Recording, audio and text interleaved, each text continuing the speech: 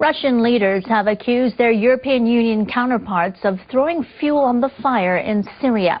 EU foreign ministers decided to let their Syrian arms embargo expire at the end of the week.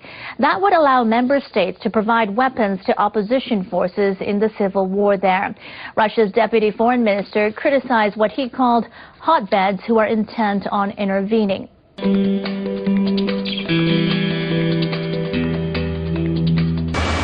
Russia says it will press ahead with plans to sell Syria an air defense system despite Western opposition. It's also accused the European Union of what it calls throwing fuel on the fire by letting its arms embargo expire, saying it would complicate efforts to fix an international peace conference.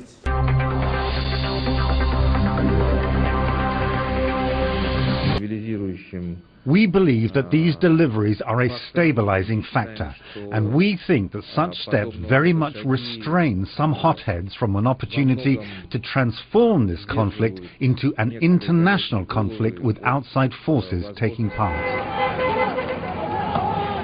But it already is an international conflict. These opposition forces are armed by several Middle Eastern countries.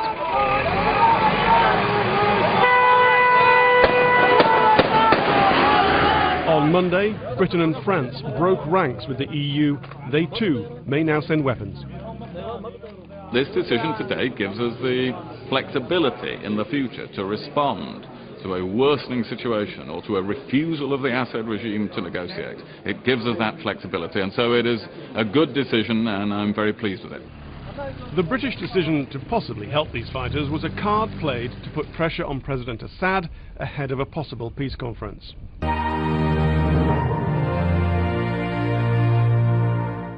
Outside forces, perhaps like Israel, in the event it launches more strikes inside Syria, like this one which targeted military facilities on the outskirts of Damascus earlier this month.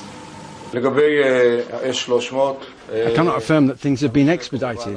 The shipments are not on their way yet, this I can say. I hope they will not leave, and if, God forbid, they reach Syria, we will know what to do.